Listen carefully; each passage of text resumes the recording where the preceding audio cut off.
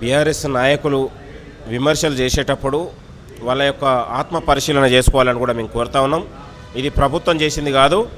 ఒక పీసీ ఘోష్ అనే ఒక చీఫ్ జస్టిస్, హైకోర్టు చీఫ్ జస్టిస్గా పనిచేసి సుప్రీంకోర్టు జస్టిస్గా పనిచేసినటువంటి ఒక జస్టిస్ కమిషన్ వేస్తే దాన్ని విచారించాల్సింది పోయి కమిషన్కి హాజరై దాని యొక్క జవాబు చెప్పాల్సింది పోయి ప్రభుత్వం పైన విమర్శలు చేసే ప్రయత్నం సరికాదు.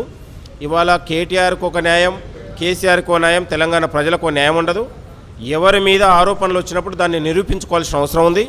ఆరోపణలు మీరు నిరూపించుకోకుండా ఇవాళ పదే పదే ప్రభుత్వం పైన, ముఖ్యమంత్రి గారి పైన విమర్శలు చేయడం అనేది ఇది కరెక్ట్ కాదు.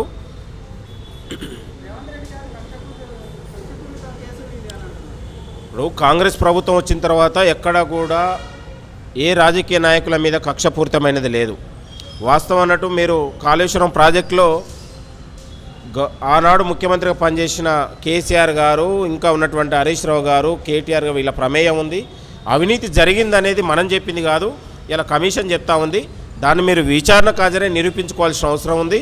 ఇవాళ 1,00,000 కోట్ల రూపాయల అవినీతి జరిగి ఇవాళ ప్రాజెక్టే కుంగిపోయే పరిస్థితి ఉన్నప్పుడు దానికి ఒక చట్టాలు, న్యాయస్థానాలు కూడా స్పందించాల్సి వస్తుంది. దానికి మీరు విచారణ మీ యొక్క చిత్తశుద్ధిని నిరూపించుకోవాల్సింది.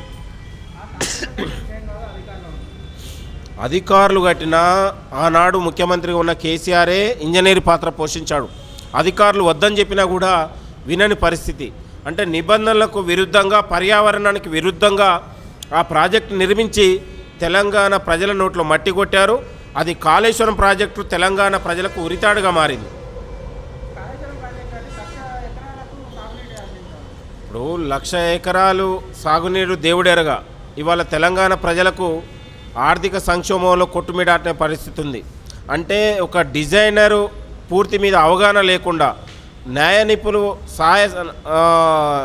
నిపుణులతో సంప్రదింపులు లేకుండా కేసీఆర్ గారి ఆలోచనతో ఏకపక్షంగా జరిగినటువంటి అది ఎత్తిపోతల ప్రాజెక్టు కనుకనే అది ఫెయిల్యూర్ అయింది.